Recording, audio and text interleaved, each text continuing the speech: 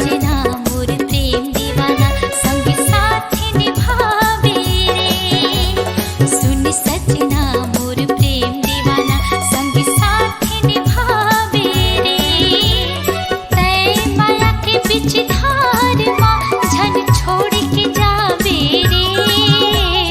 कत कमया है तोर से मोला, कत कमया है तोर से मोला, मैं कैसे बताऊं रे। कत कमया है तोर से मोला, मैं कैसे बताऊं रे। मैं अगर कही दे मोला, छाती चीर के दिखा दूं रे। सुन सजना मोर प्रेम दीवाना संग साथी निभावे रे। कत कमया है तोर से मोला, तोला कैसे बताऊं रे।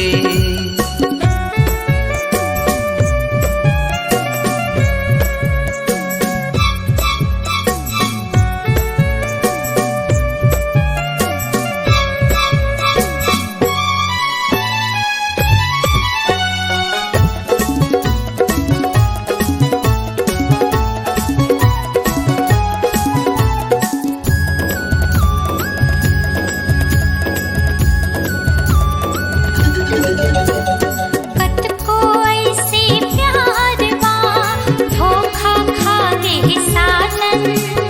कत को ऐसे प्यार माँ धोखा खा गे साजन। डर लगथे कहूँ मोर से तैहा झन हो जावे ओझल।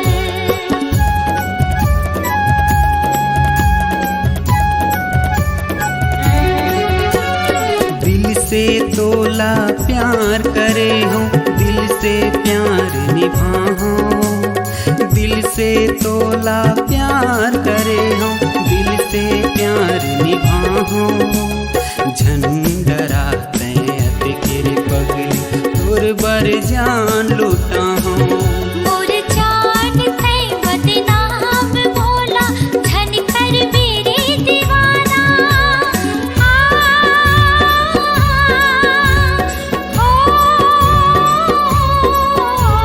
कत कमया है तोर से मोला, कत कमया है तोर से मोला, तोला कैसे बताऊं रे।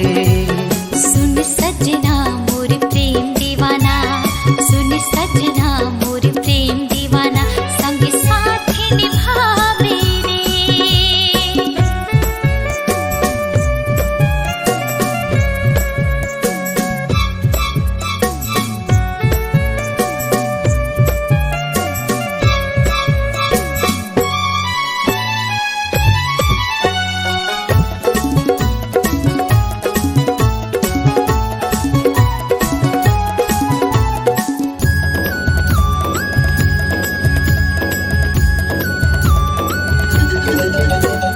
बिन बदरा के जैसे पानी घुमड़ घुमड़ के बरसथे।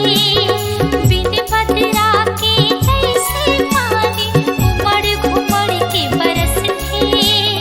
वैसने तोर बरिए मोर सजना नैना मोर तरसथे।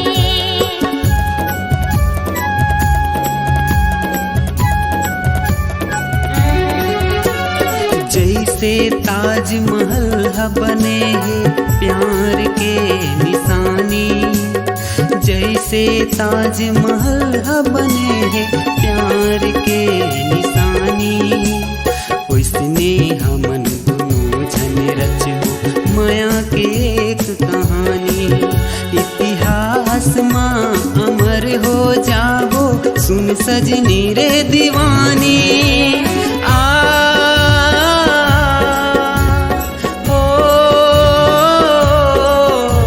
सुन सजना मोर प्रेम दीवाना, सुन सजना मोर प्रेम दीवाना संग साथी निभावे रे। कत कमया है तोर से मोला, कत कमया है तोर से मोला, मैं कैसे बताऊं रे। तैं अगर कही दे मोला, छाती चीर के दिखा दूं रे। सुन सजना मोर प्रेम दीवाना